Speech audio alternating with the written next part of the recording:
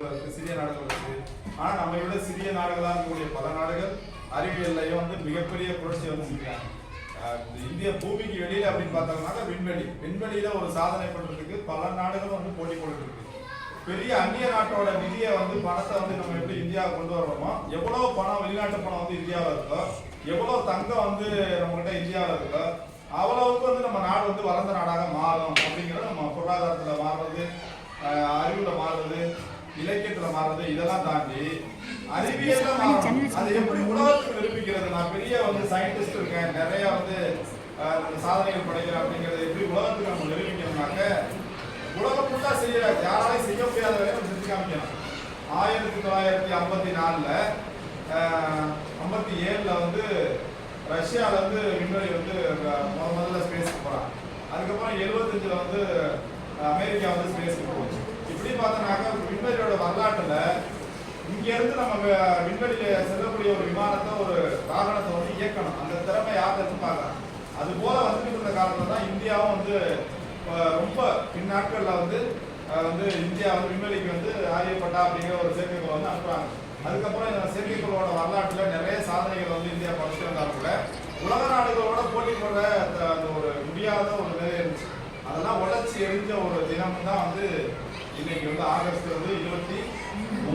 ஏன்னா ஒரு மிகப்பெரிய என்ன ஆகஸ்ட் 23 சந்திராயன் 1ன்னு ஒரு திட்டத்தோட இயக்குனராக மயில்சாமி அண்ணாதாஸ் இருந்தாரு. நம்ம மாதிரி கவர்மெண்ட் ஸ்கூல்ல படிச்ச ஒரு நடுத்தர குடும்பத்தில் இருந்த ஒரு மாணவர். அதே போல இன்னைக்கு சந்திராயன் 3 தாண்டி இப்ப வந்து யாரது வீர அவர் ஒரு பெரிய சாதனையாளர். அவர் வந்து கொடுத்துருக்காங்க. அப்ப விண்வெளி அப்படிங்கிறது நம்ம வந்து பார்த்து வியக்கிறது இல்ல. பாட்டி நிலவுல வந்து பாட்டி இருக்காங்க. பாட்டி நம்ம என்ன கேட்போம்? வடை கேட்போம். பாட்டி வடை சுத்த கதை தான் நிலவுக்கு ஆரம்பிப்பாங்க.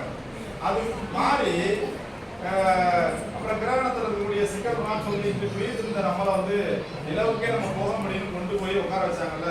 அது உட்கார வச்சது மட்டும் இல்லாம நிலவோட யாருமே செல்லாத தென்துருவத்தில் போய் உட்கார்ந்து நம்ம வந்து இந்தியாவோட சாதனை வந்து உலகத்துக்கு சொன்னாங்க. அது மட்டும் இல்லாம நீர் இருந்ததுக்கான அடையாளம் இருக்கு அப்படிங்கிறத கண்டுபிடிச்சு சொன்னாங்க. அப்ப இந்த சாதனைகள்லாம் சந்திராயன்ல நிகழ்த்தப்பட்ட சாதனை. ஒரு திட்டம் மட்டும் தோல்வி, மற்ற திட்டங்கள் மாபெரும் வெற்றி அடைஞ்சிருக்கு. உலக வரலாற்றிலே பெரிய சாதனை இருக்கிறதுனால அது போல ஒரு தினத்தை எடுத்து அந்த தினம் வந்து அவரோட தலைமையில நடந்த ஆய்வு. அதுல வந்து இந்த பறந்து போற சேட்டலைட் இருக்கு இல்லையா, அமெரிக்காவோட சேட்டலைட்டு, அது அப்படியே ஒரு செகண்டுக்குள்ள என்ன நடந்தாலும் வந்து அப்படியே கேப்சர் பண்ணிடுமா. எந்த நாட்டு அப்படி சுத்திட்டே இருக்கு. அப்ப சுத்திட்டே இருக்கையில பூமியில வந்து ஒரு வாகனத்தை வைக்க முடியாது, ஒரு வெடிகுண்டை தயாரிச்சு வைக்க முடியாது. என்ன செய்ய போறாங்கிறத அங்க கண்டுபிடிச்சு நம்மகிட்ட என்ன பொருள் இருக்கு, என்னோட சேஃப்ல என்ன பொருள் இருக்குறத கண்டுபிடிச்சு அங்க ஸ்கேன் பண்ணிடுவாங்க. வெளிநாட்டுக்காரனோட டெக்னாலஜி அந்த அளவுக்கு இருக்காங்க.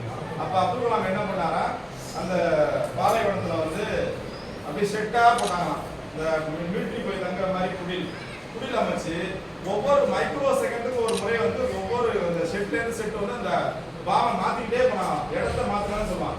இடத்த மாத்துறது வந்து கண்டுபிடிக்கவே முடியல. ஆனாலையும் கண்டுபிடிக்கவே முடியாது. வெடிகுண்டு வெடிச்சதுக்கு அப்புறம் தான் வந்து தெரியும் நம்ம வந்து இந்தியாவில் வந்து வெடிகுண்டு வெடிக்கக்கூடிய ஒரு வல்லமை இருக்கு, ஒரு சக்தி இருக்கு. அதை வந்து அப்துல் கலாம் தலைமையிலான ஒரு விஞ்ஞான குழு வந்து அந்த வெடிகுண்டை வெடிக்க வச்சாங்க. ஆட்டம் பாம்பு சொல்லுவாங்க. அதை வெடிக்க வச்சாங்கன்னு சொல்லி அதுக்கப்புறம் தான் அது பண்ணாங்க. அதுக்கப்புறம் பெரிய தடை அப்படின்லாம் ஏற்பட்ட விஷயம் இருந்துச்சு. இருந்தாலும் அதான் அந்த வெளிநாடுகளில் இருக்கக்கூடிய உளவு வாகனம்னு சொல்லுவாங்க, ஸ்பை வெஹிக்கிள்ஸ், அவங்களால கூட கண்டுபிடிக்க முடியாத ஒரு திறன் வாய்ந்த ஒரு வேலையை செஞ்சவர் தான் அப்துல் கலாம். அது போல தொடர்ச்சியா பல வேலை செஞ்சாரு. நிறைய நம்ம பேசலாம். இப்ப இந்த இந்திய விண்வெளி தினம் குறித்து நம்ம தமிழ்நாடு அறிவியல் இயக்கத்தின் வட்டார செயலாளர் நம்ம நண்பர் திரு ராமதுல்லா அவர்கள் வந்து சுருக்கமாகவும் தெளிவாகவும் நீட்டமாகவும் செம்ம பேச்சு. வடசென்னையில பிறந்து நான் எப்படி வந்து வந்து ஒரு சயின்டிஸ்டா இருக்கேன். 32,000 அடி உயரத்துல பறக்கக்கூடிய விமானங்கள், போர் விமானங்களை வந்து நாங்க வந்து தயாரிச்சுட்டு இருக்கோம். சாதாரண விமானங்களுக்கும் அதுக்கு என்ன வித்தியாசம், எப்படியெல்லாம் அது இருக்கும் அப்படிங்கிறத பத்தி 1.5 மணி நேரம் புத்தகத்துள்ளால பேசினார். பக்கத்துல மாணவரோட சந்திச்சு பேசுறாரு. அது யூடியூப்லையும் கூட இருக்கு, நம்ம பார்க்கலாம். அப்போ வந்து விண்வெளியோட வளர்ச்சியில விண்வெளி துறையில இந்தியாவால முடியாத வேலையே இல்லை அப்படிங்கிறத வந்து இன்னைக்கு நிறுவனத்துக்கு இந்த சந்திராயன் 3 அப்படிங்கிறது மிகப்பெரிய ஒரு திட்டமா இருக்கு. இதுக்கு அடித்தளமாக வந்து சந்திராயன் 1. அது வந்து மயில்சாமி அண்ணாதுரை, அப்புறம் வளர்மதி, அப்புறம் விக்னேஷ் சிவன் அவர் டைரக்டரா இருந்தாரு. இது மாதிரி பலருடைய அயராத உழைப்பு வந்து அதுக்குள்ள இருக்கு.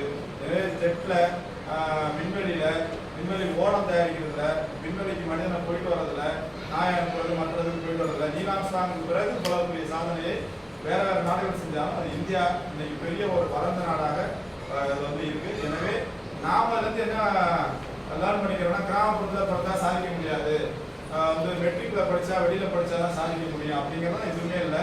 படிக்கிறத ஒழுங்கா படிச்சோம்னாக்கா கண்டிப்பா சாதிக்க முடியும். நல்ல ஒரு உன்னுடைய துறை எந்த துறைக்கு நீ போகணும்னு ஆசைப்படுறியோ அந்த துறை சார்ந்த கனவுகளை வந்து உருவாக்கிட்டே இருக்கணும். அப்துல் கலாமோட சொன்னதுதான், தூங்கும்போது வருவதல்ல கனவு, தூங்கும்போது வருவதல்ல கனவு, உன்னை தூங்க விடாமல் செய்வதுதான் கனவு அப்படின்னு சொல்லியிருக்காங்க. நிறைய பேச முடியும். அப்படியே ஏமாதானுங்கிற ஒரு பொசிஷன் நம்ம இருக்கக்கூடாது. ஒரு கனவை வச்சிருக்கோம்னா அந்த இலக்கு நோக்கி ஓடிட்டே இருக்கணும். இலக்கை நம்ம கண்டிப்பாக அடைய முடியும். அதுக்கு பிரபஞ்சம் நமக்கு வந்து துணையாக இருக்குங்கிறது தான் அறிவியல் விதி. அந்த வகையில் வந்து இலக்கு நோக்கிய பயணத்தை நீங்கள் முன்னெடுக்கணும். ஸ்பேஸ் அதோட தொழில்நுட்பம், டெக்னாலஜி, இன்னைக்கு இருக்கக்கூடிய டெவலப்மெண்ட்டு, இந்தியாவோட பொருளாதாரம், இந்தியாவோட வளர்ச்சி, இது சம்பந்தமாலாம் நம்ம பேச வேண்டிய ஒரு சூழல் இருக்கலாம். எனவே அது சம்பந்தமாக நீங்கள் சிந்திக்கணும்னு நான் கூட கேட்டுக்கிறேன். அனைவருக்கும் நன்றி. பஸ்ஸுக்கு போகிறவங்க